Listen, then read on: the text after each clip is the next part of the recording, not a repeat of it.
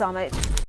Over 30 hotels, more than 3,500 rooms. Having the African Union has obviously made this organization more representative. It's been a historic G20. India has walked the talk. Xi Jinping's absence gave Modi the opportunity to step up. A declaration with complete consensus. Narendra Modi has passed the presidency of the G20 to Brazil, marking the end of this year.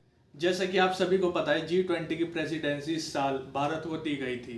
यानी जितने भी forums और summit हुए world के top 20 देशों के बीच, उन्हें India के द्वारा होस्ट किया गया और ये हुई दिल्ली के प्रगति मैदान में। साल 2007 के global economy and financial crisis के मद्देनजर G20 को हेड ऑफ स्टेट और गवर्नमेंट के स्तर पर अपग्रेडेड किया गया और साल 2009 में इसे premium forum for international economic corporation के रूप में नामित किया गया।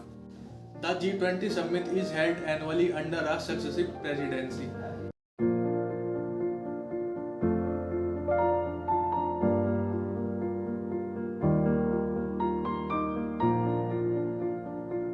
भारत की G20 प्रेसिडेंसी देश के भीतर और देश के बाहर इंक्लूजन का, सबका साथ का प्रतीक बन गई है।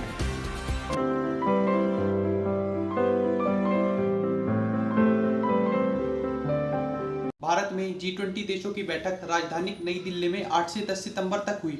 भारत में इस तरह का इतना बड़ा फैसला अंतर्राष्ट्रीय सम्मेलन का आयोजन किया गया, जिसकी साल भर से तैयारी चल रही थी। भारत में G20 का 18वां सम्मेलन था। इससे पहले 17 बार बैठक हुई है। G20 की स्थापना साल 2008 में की गई थी। इसकी पहली बैठक अमेरिका में हुई थी। भारत में होने जा रहे इस सम्मेलन में एक तरफ जहां चीन के प्रेसिडेंट शी जिनपिंग भी नहीं आए, तो वहीं तरफ रूस के प्रेसिडेंट पुतिन भी नहीं आए। चीन की तरफ से वहां के पीएम भेजे गए। लेकिन कई सवाल आपके मन में होंगे, G20 है क्या? इसे बनाने के पीछे क्या मकसद है? क्यों ये देश हर साल आपस में अलग अलग मिलते रहते हैं? सबसे पहले आपको बता दें कि G20 का गठन किस तरह से किया गया। ये दरअसल G8 देशों का विस्तार था। स्टार्टिंग में एक G7 ग्रुप होता था, जिसमें Canada, America, Germany, Italy, France, Japan और ब्रिटेन इसके सदस्य होते थे। और रशिया भी इस ग्रुप में साल 1998 में शामिल हो चुका था और ये अब बन गया था G8। साल 1999 से पहले एशिया कुछ सालों से इकोनॉमिक क्राइसिस से जूझ रहा था और इसके बाद जर्मनी के बर्लिन में G8 की बैठक के दौरान G20 का गठन किया गया। G20 ग्रुप का पहला सम्मेलन अमेरिका के वॉशिंगटन डीसी में हुआ था। G20 शिखर सम्मेलन का मेन मोटिव वर्ल्ड की मेजर इकोनॉमिक कंट्रीज का सम्मेलन, जहां सदस्य देशों के बीच financial, economic, business, investment and energy transformation समेत जरूरी मुद्दों पर चर्चा करना था।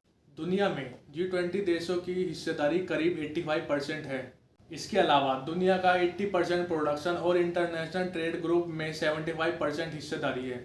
ऐसा नहीं है कि हर साल इसकी बैठक होती है।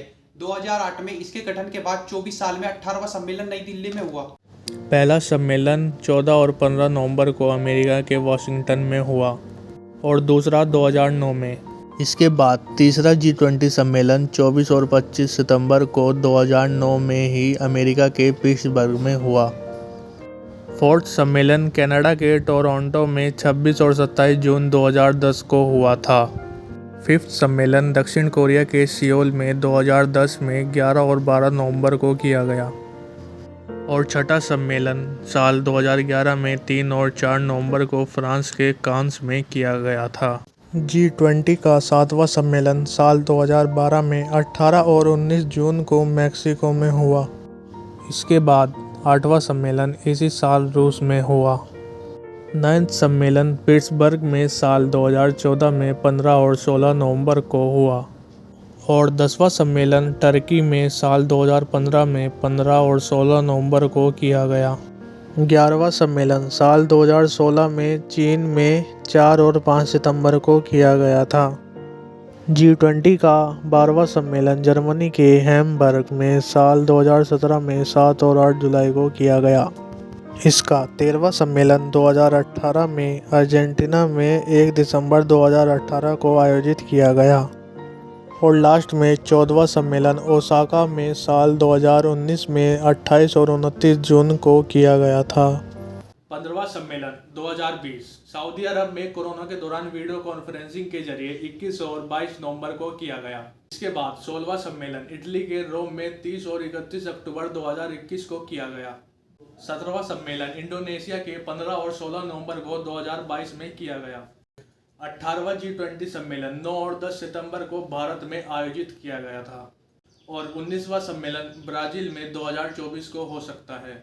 मुख्य रूप से समझे तो G20 सदस्य देशों के बीच वर्ल्ड की इकोनॉमी को मजबूत करना और उसको बढ़ावा देने पर चर्चा करना है।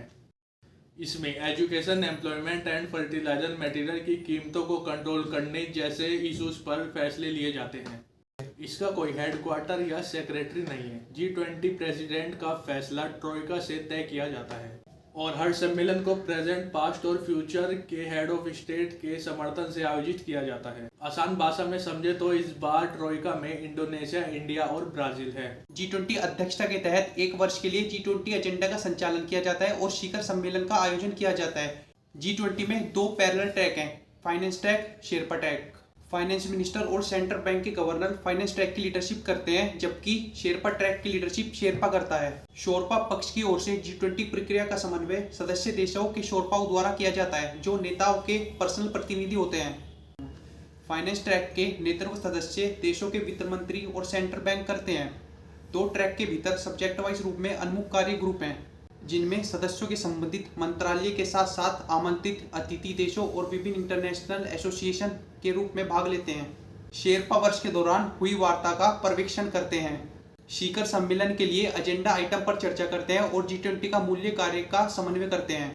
G20 ग्रुप में शामिल देशों की आर्थिक हैसियत का अंदाजा इस बात से लगा सकते हैं कि अगर इसके 20 सदस्य देश दुनिया से हटा दिए जाएं तो पूरी दुनिया कंगाल हो जाएगी। G20 में शामिल कुल 20 देश अकेली पूरी दुनिया की इकोनॉमी यानी GDP में करीब 85% योगदान है। मीडिया रिपोर्ट्स के अनुसार G20 की तैयारी को लेकर देश के 50 से अधिक शहरों में लगभग 200 बैठकों का आयोजन किया गया था। रिपोर्ट के मुताबिक 2 दिवसीय इस शिखर सम्मेलन के आयोजन में करीब $10 करोड़ यानी 4100 करोड़ रुपए का खर्च आया है और इस खर्च को 12 भागों में बांटा गया था, जिसमें सुरक्षा व्यवस्था, सड़कों की सफाई, स्ट्रीट लाइटिंग और फुटपाथ का रखरखाव आदि शामिल है। अगर आपको ये वीडियो इन्फॉर्मेटिव लगी है तो वीडियो को लाइक करें, शेयर करें और हाँ, चैनल को सब्सक्राइब करना ना भूलें और मिलते हैं सीधा नेक्स्ट वीडियो में। तब तक के लिए जय श्री राम।